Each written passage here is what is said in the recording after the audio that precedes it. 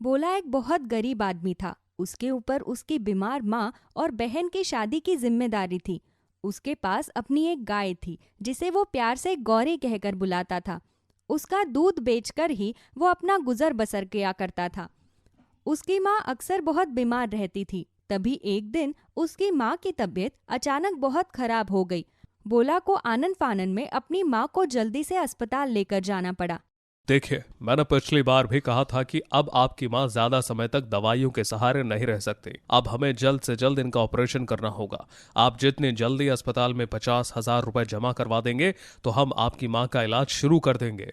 भोला जैसे गरीब आदमी के पास एक साथ 50,000 जैसी रकम होना तो मानो असंभव था, लेकिन अब उसे कुछ ना कुछ करके जल्दी से जल्दी पैसों का इंतजाम करना था।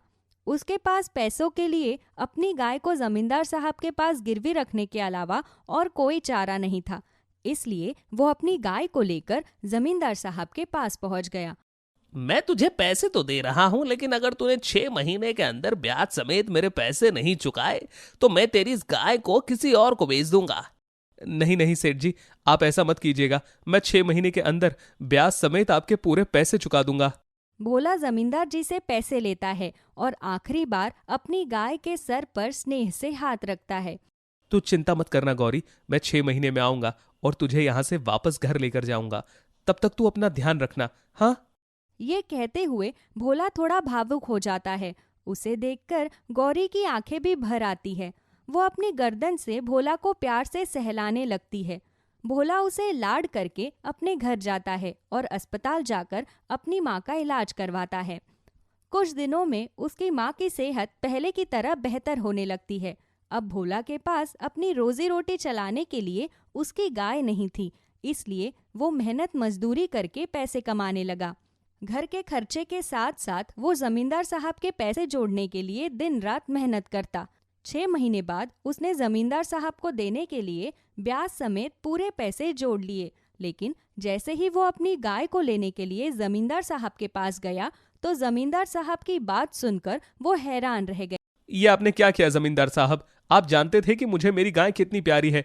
उसके लिए मैं समय पर सूद समेत आपके पैसे लौटाने आया, लेकिन आपने समय पूरा होने से पहले ही मेरी गाय को किसी और को बेच दिया। माफ करना भोला, लेकिन मुझे लगा कि तुम जैसा गरीब आदमी कभी मेरे पैसे चुका ही नहीं पाएगा, इसीलिए मैंने तुम्हारी गाय को अच्छे दाम में एक व्यापारी को बेच दिया। ये आपने ठीक नहीं किया जमींदार साहब। मैं कुछ नहीं जानता। आप कुछ भी करके मुझे मेरी गाय वापस ला कर दीजिए। पागल हो गए हो क्या? ये कैसी बातें कर रहे हो तुम?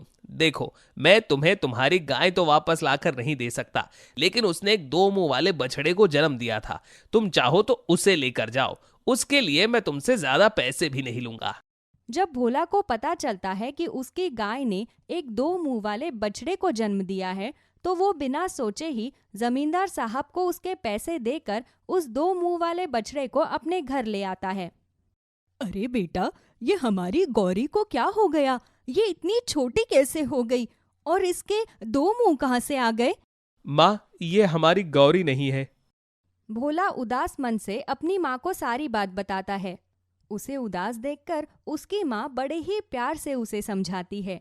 तो भोला गौरी के 2 मुंह वाले बछड़े को गौरी ही मानकर उसे पालने लगता है। वो हर रोज उसके साथ खेलता।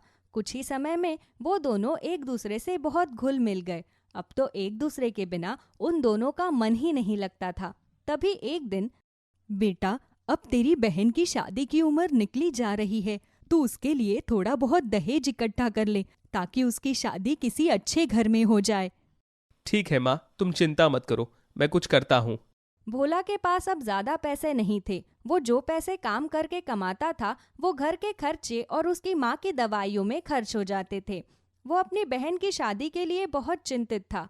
तभी वो अपनी 2 मुंह वाले बछड़े के पास बैठकर अपना दुख उसके साथ बांटने लगा।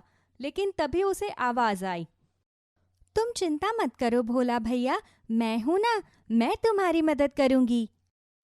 ये आवाज सुनकर भोला जैसे ही ध्यान से अपने 2 मुंह वाले बछड़े की तरफ देखता है तो वो एक विशाल 2 मुंह वाली गाय बन जाती है। अचानक से उसे इस तरह देखकर भोला घबरा जाता है। कौन हो तुम? भूत! भूत! डरो मत भोला, मैं कोई भूत नहीं बल्कि 2 मुंह वाली जादुई गाय हूँ। मुझे ये शक्तियाँ मेरी माँ की भक्ति से मिली है। मेरी माँ भोलानाथ की बहुत बड़ी भक्त है। भोलानाथ ने ही मेरी माँ को 2 मुंह वाली एक जादुई गाय को जन्म देने का आशीर्वाद दिया था। इसलिए मैं अपनी जादुई शक्तियों से तुम्हारी मदद कर सकती हूँ। तुम बस थोड़ा सा रुको। जादुई 2 मुंह वाली गाय अपने एक मुंह से खूब सारे पैसे तो अपने दूसरे मुंह से सोने के आभूषण और खूब सारे हीरे जवाहरात भोला को देती है। ये देखकर भोला की आंखें फटी की फटी रह जाती है। जाओ भोला, अब इन पैसों से तुम आराम से अपनी बहन की शादी करो। भोला उन पैसों और सारे हीरे जवाहरात को लेकर वहां से चला जाता है। कुछ ही दिनों में वो एक अच्छा सा रिश्ता ढूंढकर अपनी बहन की शादी एक अच्छे से घर में करवा देता है। तभी एक दिन उसकी 2 मुंह वाली जादुई गाय उससे कहती है, भोला, तुम एक बहुत ही नेक और ईमानदार आदमी हो। ये जानते हुए भी कि मैं एक जादुई 2 मुंह वाली गाय हूँ, उसके बाद भी तुमने आज तक कभी मुझसे अपने लिए कुछ नहीं मांगा। मैं तुम्हें अब इस छोटे से घर में रहते हुए नहीं देखना चाहती। मैं तुम्हें ढेर सारे पैसे दूंगी। अब तुम अपने और अपनी माँ के लिए एक बहुत सुंदर सा घर बना लो। जादुई 2 मुंह वाली गाय भोला को ढेर सारे पैसे देती है। भोला उन पैसों से अपना एक बहुत आलीशान घर बनवाता है। साथ ही वो अपनी जादुई 2 मुंह वाली गाय के लिए भी एक आरामदायक घर बनवाता है। कुछ ही समय में भोला गांव का बहुत रईस आदमी बन जाता है। तभी उसके एक पड़ोसी बिरजू को उस पर शक होने लगता है। इतने कम समय में भोला आखिर इतना अमीर कैसे हो गया? कहाँ कुछ समय पहले इसके पास 2 वक्त की रोटी खाने को पैसे नहीं थे और आज इसके पास इतना बड़ा घर, इतनी धन दौलत। कुछ तो गड़बड़ है, मुझे पता लगाना ही होगा। उस दिन से बिरजू भोला के घर पर नजर रखनी शुरू कर देता है। तभी एक रात वो देखता है कि भोला की 2 मुंह वाली गाय उसे अपने एक मुंह से खूब सारे पैसे तो दूसरे मुंह से खूब सारे हीरे जवाहरात दे रही है। ये देखकर बिरजू का मुंह खुला का खुला रह जाता है। अच्छा, तो ये बात है क्या भाई भोला? तू तो बस अकेले अकेले अमीर हो गया। अपनी इस जादुई गाय का थोड़ा फायदा मुझे भी लेने दे। लालच के चक्कर में बिरजू अगली रात मौका पाकर भोला की जादुई 2 मुंह वाली गाय के पास जाता है और उससे खूब सारे पैसे मांगने लगता है।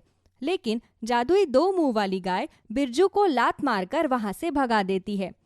अच्छा बेटा, अब तू देख मैं क्या करता हूँ। बिरजू जमींदार साहब के पास जाता है और उन्हें भोला की 2 मुंह वाली जादुई गाय के बारे में बताता है। अच्छा, तो ये बात है। वही मैं सोचूं कि आखिर ये बिरजू इतने कम समय में इतना अमीर कैसे हो गया। सुनो किशोर, तुम अपने आदमियों को लेकर भोला के घर जाओ और चुपके से उसकी 2 मुंह वाली गाय को यहाँ लेकर आओ। ठीक है जमींदार साहब। जमींदार साहब का खास आदमी किशोर अपने कुछ आदमियों को लेकर भोला के घर जाता है। लेकिन वो लोग जैसे ही उसकी जादुई 2 मुंह वाली गाय को चुराने लगते हैं, तभी उसकी गाय तेज तेज आवाज करती हुई जोर जोर से चिल्लाने लगती है। उसकी आवाज सुनकर भोला भागता हुआ बाहर आता है। अरे आप सब लोग ये क्या कर रहे हैं? छोड़िए मेरी गाय को। मेरी बात सुन भोला, हमें पता है कि ये तेरी गाय जादुई है, इसीलिए चुपचाप इस गाय को हमें यहाँ से ले जाने दो। मैं अपनी गाय को तुम्हें कहीं ले जाने नहीं दूंगा। तुम लालची लोग ना जाने लालच के लिए मेरी गाय के साथ कैसा सलूक करोगे। चले जाओ तुम लोग यहाँ से, वरना सीधे दरोगा साहब से तुम्हारी रिपोर्ट लिखवाऊंगा कि किस तरह से तुम चोरों की तरह आधी रात को मेरे घर में मेरी गाय को चुराने आए थे। देख, तू हमारा ज्यादा दिमाग खराब मत कर, हम इस गाय को अपने साथ लेकर ही जाएंगे। वो लोग पूरी ताकत लगाकर उस गाय को वहां से लेकर जाने की कोशिश करते हैं, लेकिन भोला की जादुई गाय उस जगह से हिलने का नाम ही नहीं लेती। अपनी पूरी ताकत लगाकर जब वो लोग बिल्कुल परेशान हो जाते हैं, तो भोला से कहते हैं, देख भोला, अगर तू चाहता है कि हम तेरी गाय को यहाँ से लेकर ना जाएं, तो ठीक है, हम इसे यहाँ से कहीं भी नहीं लेकर जाएंगे।